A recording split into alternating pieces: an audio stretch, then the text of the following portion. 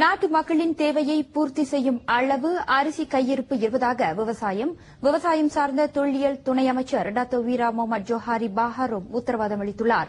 இதனால் மக்கள் பதற்றம் அடைய தேவையில்லை என அவர் அறிவுறுத்தினார். நமது அண்டை நாடான தாய்லாந்தில் ஏற்பட்டுள்ள மோசமான வெள்ள பேரிடரால் மலேசியாவில் அரிசி கையிருப்பு பற்றாக்குறை நிலவும் எனும் அச்சம் மக்களிடையே எழுந்துள்ளது.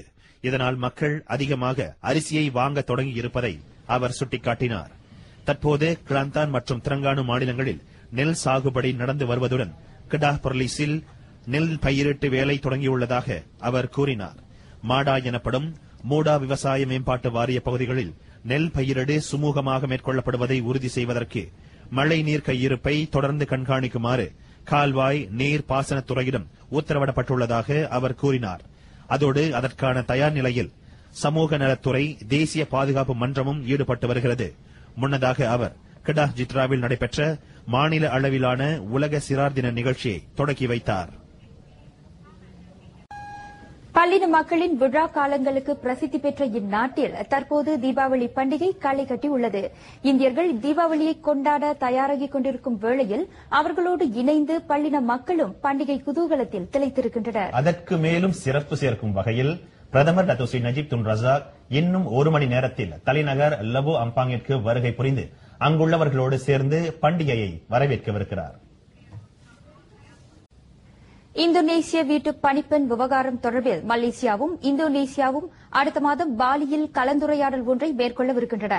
வீட்டு பணிப்பெண்களை தருவிப்பதற்கான நிபந்தனைகள், அடிப்படை சம்பளம், விடுமுறை நாட்களில் வேலை செய்வதற்கான ஊதிய உயர்வு ஆகியவை குறித்து இந்த கலந்துரையாடலின் போது விவாதிக்கப்படும் என மனிதவள அமைச்சர் டாக்டர் ஸ்ரீ டாக்டர் சுப்பிரமணியம் தெரிவித்தார். நவம்பர் 18, 19 தேதிகளில் நடைபெறவிருக்கும் கலந்துரையாடலில் பிரதமர் டாக்டர் ஸ்ரீ நஜீப் ரசாக், இந்தோனேசிய பிரதமர் சுசிலோ பாம்பாங் யுடோயுனோ மற்றும் இரு நாடுகளின் மனிதவளத்துறையைச் சேர்ந்த அதிகாரிகளும் கலந்து கொள்ளவிருக்கின்றனர். நேற்று முன்தினம் லொம்போக்கில் நடைபெற்ற சந்திப்பின்போது டிசம்பர் 1 தேதி தொடங்கி தங்கள் நாட்டு பணிப்பெண்களை மலேசியா தருவிக்க அதிபர் சுசிலோ பாம்பாங் யுடோயுனோ இணக்கம் தெரிவித்தார். இந்தோனேசிய பணிப்பெண்கள் சித்திரவதைக்குள்ளான சம்பவங்கள் அதிகரித்ததை தொடர்ந்து இந்தோனேசிய அரசாங்கம் கடந்த 2009 ஆண்டு ஜூன் 26 தேதி தொடங்கி அந்நாட்டு பெண்களை மலேசியாவிற்கு அனுப்புவதை தற்காலிகமாக நிறுத்தி வைத்திருந்தது. அடுத்த மாதம் நடைபெறவிருக்கும் இக்கலந்துரையாடலின் வாயிலாக இந்தோனேசிய வீட்டு பணிப்பெண் விவகாரத்திற்கு சுமூகமான தீர்வு காணப்படும் என டாக்டர் ஸ்ரீ டாக்டர் சுப்பிரமணியம் நம்பிக்கை தெரிவித்தார். மலாக்கா ஹங்துவா மண்டபத்தில் நடைபெற்ற தீபாவளி அன்பளிப்பு நிகழ்ச்சியில் கலந்து கொண்டு அமைச்சர் செய்தியாளர்களிடம் பேசினார். தனித்து வாழும் தாய்மார்கள், மூத்த குடிமக்களுக்கு டாக்டர் ஸ்ரீ டாக்டர் சுப்பிரமணியம் அன்பளிப்பு பொட்டலங்களை வழங்கினார்.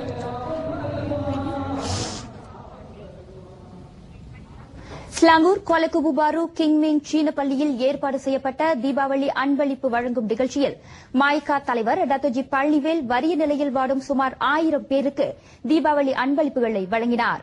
வாழ்வில் நன்மையை கொண்டுவரும் பண்டிகையாக திகழும் இந்த தீபாவளி திருநாளில் அனைவரும் ஒருவருக்கொருவர் உதவி ஒற்றுமையுடன் வாழ வேண்டும் என பிரதமர் துறை அமைச்சருமான டாக்டர் ஜி பழனிவேல் வாழ்த்துறையில் தெரிவித்தார். இந்நிகழ்ச்சியில் உடற்குறையுடையோர், வயோதிகர்கள் மற்றும் சிறார்களும் தீபாவளி பண அன்பளிப்புகள் வழங்கப்பட்டன.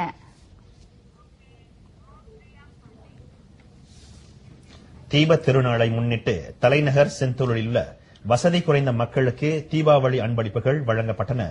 பத்து மக்கள் முற்போக்கு கட்சியின் மகளிர் பிரிவினர் ஏற்பாடு செய்திருந்த இந்நிகழ்ச்சியில் கட்சியின் தேசிய தலைவர் டாக்டர் MKVS கலந்து கொண்டு அன்பளிப்புகளை எடுத்து வழங்கினார்.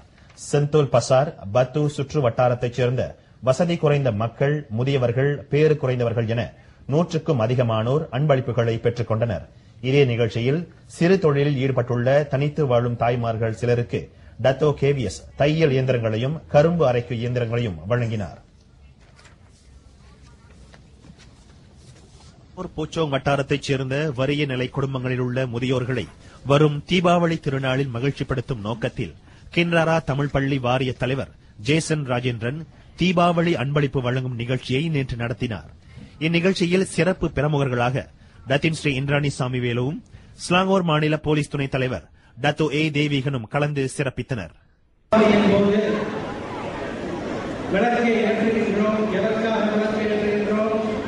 இருளை அகற்றுவதற்காக விளக்கை ஏற்றுகின்றோம். அந்த விளக்கை நமது உள்ளத்திலே ஏற்ற வேண்டும் என்று கேட்டுக்கொள்கின்றேன். சம்பந்தப்பட்ட முதியவர்களுக்கு வழங்கப்பட்ட தீபாவளி அன்பளிப்பு பொட்டலங்கள் அவர்களின் தீபாவளி செலவின சுமையை குறைக்கும் என எதிர்பார்க்கப்படுகிறது. இதனிடையே ஸ்லாங்கூர் ஷாபாஸ் குடிநீர் விநியோக நிறுவனமும் ஹுலு ஸ்லாங்கூர் நாடாளுமன்ற உறுப்பினர் அலுவலகமும் ஒன்றிணைந்து சுமார் 200 வசதியற்ற குடும்பங்களுக்கு தீபாவளி அன்பளிப்பு பொட்டலங்களை வழங்கின. தீபாவளிக்கு இந்த பொருட்கள்லாம் கிடைச்சதுக்கு இது காரணம் வந்து ஷபாஷ் ரொம்ப எங்களோட ஒய்பிபி கமல்நாத். ஸோ வருஷம் எங்களுக்கு கிடைக்குன்னு நாங்கள் எதிர்பார்க்கோம். கமல்நாதன் அவர் வந்தது ரொம்ப எங்களுக்கு சந்தோஷம். ரொம்ப உதவி செஞ்சிருக்காங்க. கரண்ட் பில்லாம் வச்சிருக்காங்க, தண்ணி பில் உதவி செஞ்சிருக்காங்க, மருத்துவம்லாம் உதவி செஞ்சிருக்காங்க. இதே மாதிரி அடிக்கடி அவங்க உதவி செய்யணும்னு எதிர்பார்க்கிறோம். கஷ்டப்பட்டு வழங்கப்பட்ட அன்பளிப்பு பொட்டலங்கள் அரிசி, சமையல் எண்ணெய், மாவு போன்ற சமையலுக்கான அத்தியாவசிய பொருட்களை கொண்டிருப்பதாக ஸ்லாங்கூர் ஷாபாஸ் தொழில்நுட்ப மேம்பாட்டு இயக்குநர் இன்ஜினியர் வி சுப்பிரமணியம் தெரிவித்தார். மற்றொரு நிலவரத்தில் பெர்லைஸ் அரசாங்கத்தின் சார்பில் சுமார் 587 பேருக்கு தலா 150 ரிங்கிட் தீபாவளி அன்பளிப்பாக வழங்கப்பட்டது.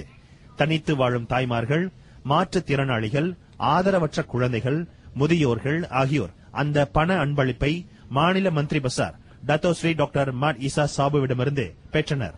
ஒரே மலேசியா கொள்கைக்கு இணங்க பெர்லைஸ் அரசாங்கம் அனைத்து இனத்தவர்களின் சமூக நலன் மீது அக்கறை செலுத்துவது இதன் வழி மெய்ப்பிக்கப்பட்டுள்ளது.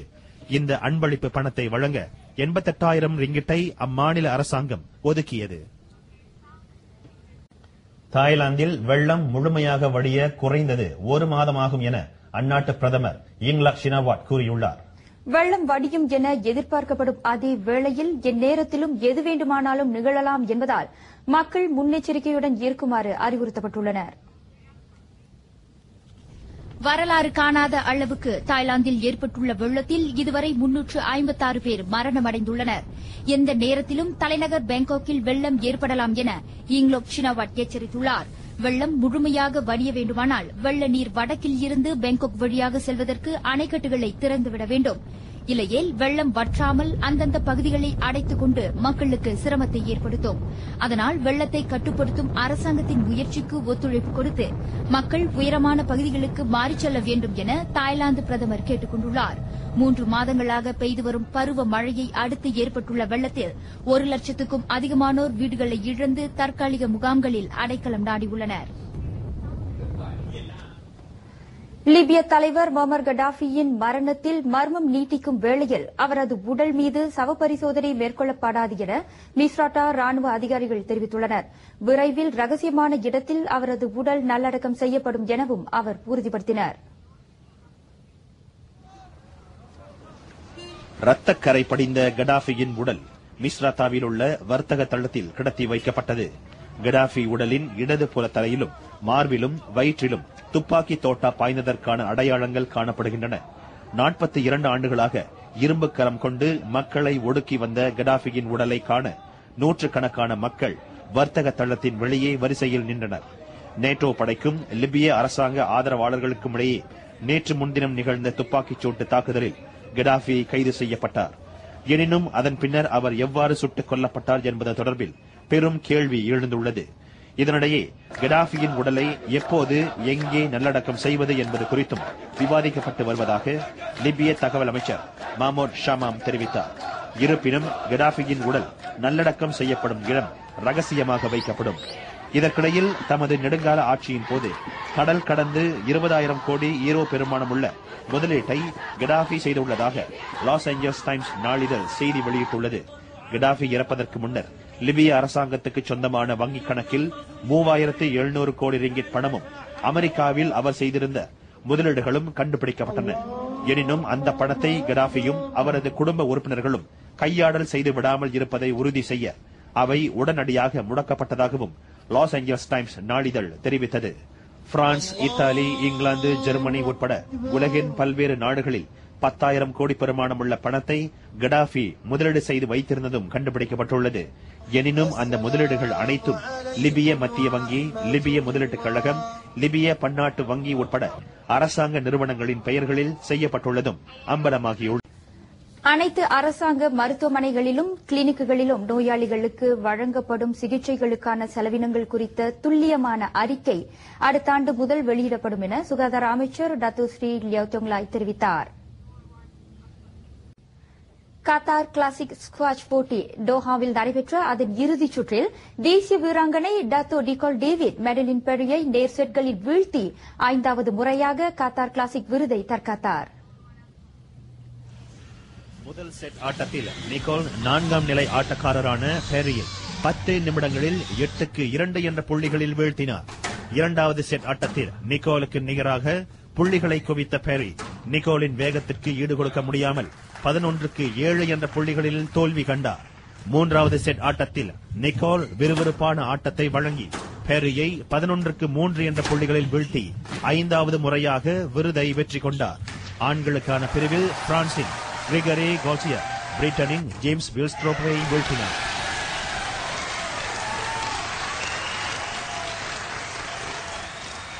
குறளும் அதன் விளக்கமும் குறள் 286 அளவின் கண் நின்றொழுகலற்றார் களவின் கண் கன்றிய காதலவர். உயிர்களை நேசிக்கும் ஆசை இல்லாதவரே அடுத்தவர் பொருளை திருடும் பேராசை உடையவர் ஆவார் என்கிறார் திருவள்ளுவர். விடைபெறுகிறோம். வணக்கம். நான் ஜெயமுருகன் சந்திரன். நான் சந்திரகலா ஐயப்பன். சலாம் சத்து மலேசியா.